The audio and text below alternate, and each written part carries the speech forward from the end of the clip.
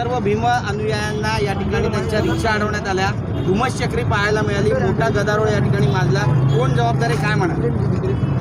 आज महापरिनिर्वाण दिनानिमित्तानं मुंबईचे लाखो अनुयायी जे वाहन मिळेल त्या वाहनानं जाऊन चैत्यभूमीमध्ये परमपूज्य डॉक्टर बाबासाहेब आंबेडकरांना अभिवादन करत असतात। यावर्षीसुद्धा अनेक लोक रिक्षा असेल, टेम्पो असेल, जेवण घेऊन जात असतील, ट्रक असतील, बसेस असतील, या सर्व वाहनातून ही सगळी मंडळी जात असताना या ठिकाणी चुनाभट्टी या जंक्शनवर पोलिसांनी रिक्षा आणि वेगवेगळ्या प्रकारच्या गाड्यांना अडवण्याचा प्रयत्न सुरू केला।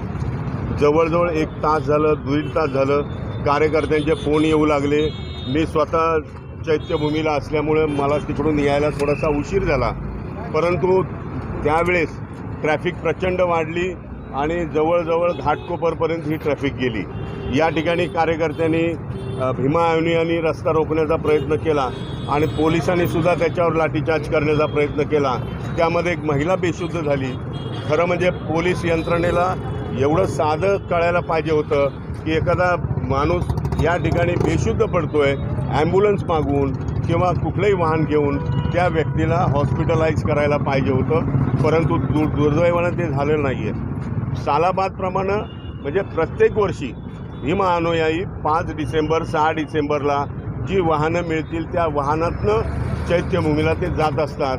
याच वर्षी पोलिसांनी अशा पद्धतीनं काय करण्याचा प्रयत्न केला की ज्यामुळं या ठिकाणी लोकांना रस्ता रोको करण्याचा प्रयत्न झालेला। आपणाला माहिती आहे की परमपूज्य डॉक्टर बाबासाहेब आंबेडकरांसाठी जे काही करायचं ते आमची जनता करायला तयार आहे। मग ती पोलीस यंत्रणा असो, कलेक्टरची यंत्रणा असो, नाही तर कुठलीही यंत्रणा असो, या सगळ्या यंत्रणांना आम्ही फाट्यावर मारून या ठिकाणी जे आम्हाला करायचं तेच आम्ही करण्याचा प्रयत्न करणार आहोत। मी DCP समीर शेख यांना कॉन्टॅक्ट करण्याचा प्रयत्न केला। कार्यकर्त्यांनी त्यांना फोन देण्याचा प्रयत्न केला। समीर शेख फोन घ्यायला तयार नाहीत। देवेन भारती मुंबईचे पोलीस कमिशनर यांच्याशी बोलण्याचा प्रयत्न केला, ते फोनवर अवेलेबल नाही आहेत। त्याच्यानंतर मी मग वर्षा बंगल्यावर कॉन्टॅक्ट केला। त्या ठिकाणी मी CM साहेबांना सांगण्याचा प्रयत्न केला, पण CM मुंबईत दुसऱ्या ठिकाणी कुठे असल्यामुळं ते या ठिकाणी अवेलेबल होऊ शकले नाही। पण मग त्यांचे जे PS होते वाघचौरे नावाचे, त्यांच्याशी बोललो आणि त्यांना सांगितलं की या ठिकाणी अशा पद्धतीचा रास्ता रोको सुरू झालेला आहे आणि हा रास्ता रोको जर तुम्ही तात्काळ वाहनांना जर सोडलं नाही तर अख्ख्या मुंबईभर हे आंदोलन उभं राहील आणि 6 डिसेंबरला गालबोट लागल्याचा सगळा ठपका हा शेवटी सरकारवर येईल। माननीय मुख्यमंत्र्यांना माझी विनंती सांगा की तात्काळ ती ट्रॅफिक तिथनं सोडली पाहिजे, अन्यथा मग उद्या आमचं आंदोलन पुन्हा एकदा सुरू होईल। आणि मग मला वाटतं तात्काळ 4-5 मिनटामध्येच DCPना त्याचा मेसेज आला आणि त्याप्रमाणे मग ही वाहतूक सुरळीत झालेली दिसते। परंतु या निमित्ताने मी आपल्याला सांगू इच्छितो की पोलीस यंत्रणेने जो अश्लाघ्य असा प्रयत्न केला ट्रॅफिक थांबवण्याचा, भीम अनुयायांना थांबवण्याचा प्रयत्न केला, त्याचा मी प्रचंड निषेध करतो। आणि या ठिकाणचे जे DCP आहेत समीर शेख यांना सरकारनं तात्काळ सस्पेंड करावा अशी या निमित्तानं मागणी करतो। साहेब, रात्री 3 वाजता पण असाच प्रकार घडला होता। रात्री अडवण्याचा प्रयत्न झाला, पुन्हा आधी झालं, काय जाणीवपूर्वक होतंय का काय नक्की काय? मला तर त्याची थोडीशी वासच लागलेला आहे की अशा पद्धतीनं जाणून बुजून या ठिकाणी हा प्रयत्न करण्याचा प्रयत्न होतोय।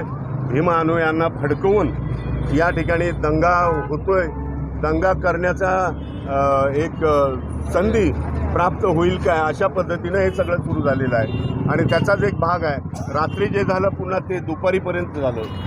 कट कारस्थान वाटतंय, यामागे कट कारस्थान निश्चितपणे कट कारस्थान आहे। प्रत्येक वर्षी जर भीम अनुयायी मिळेल त्या वाहनानं आबालवृद्ध जर त्या ठिकाणी चैत्यभूमीला जात आहेत तर मग या वर्षीच असं काय प्रकार घडला, असं काय घडलं की भीम अनुयायांना जाणून बुजून 3 तास त्यांना रस्ता रोको या ठिकाणी करावा लागला, 3 तास त्यांना अडवून ठेवण्याचा प्रयत्न झाला। आज पण आपण बघा आजूबाजूला सगळ्या रिक्षा उभ्या आहेत, प्रचंड लोक दुपारपासून सकाळपासून जेवण घेऊन चैत्यभूमीवर जातात, त्यांच्या जेवणाच्या गाड्यासुद्धा अडवलेल्या आहेत। अशा पद्धतीनं ही अत्यंत निषेधार्ह बाब आहे आणि पोलीस यंत्रणेनं अशा पद्धतीनं वागणं अत्यंत चुकीचं आहे। जर मुख्यमंत्री महोदय सांगतात की आम्ही 6 डिसेंबरला 5 डिसेंबरला सगळी व्यवस्था या ठिकाणी केलेली आहे, तर मग हा प्रकार जाणून बुजून घडवण्याचा का प्रयत्न करण्यात आलेला आहे याचं उत्तर सरकारनं दिलं पाहिजे.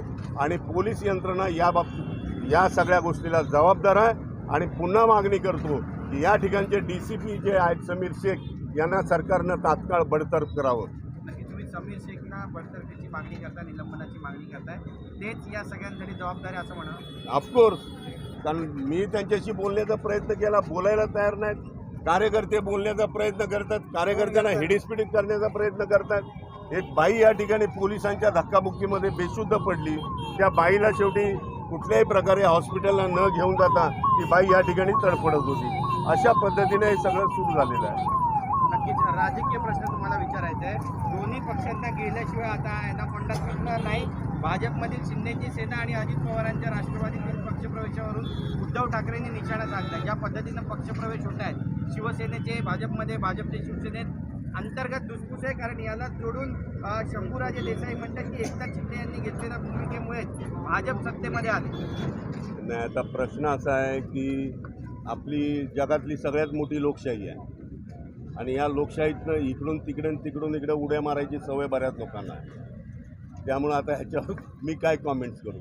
ज्यांना वाटतंय की मला आता ही सत्ता आहे, सत्तेच्या ठिकाणी जाऊन मला काहीतरी मिळतंय, लाभाचं पद किंवा लाभाचं काही मिळत असेल तर असे स्वार्थी लोक सत्तेचं पाणी चाकण्यासाठी जात असतात. डेमोक्रेसी आहे शेवटी. मंगलप्रभात लोढा म्हणतायत की मुंबई महापालिकेत भाजपचाच महापौर होणार. शिवसेनेचे नेते संजय गायकवाड म्हणतात की शिवसेनेचा होणार. तर मी खरं सांगू का, लोढा हा मोठा बिल्डर आहे, बरोबर आहे. एक घरसुद्धा त्यानं लोकांना स्वस्तात दिलं आहे का? आणि मग लोकांची भूमिका हा काय माणूस मांडतोय. येणाऱ्या निवडणुकीमध्ये दूध का दूध पाणी होईल. महापौर हा आमचाच होणार आहे ही कुंगाट निश्चित आहे. ओके.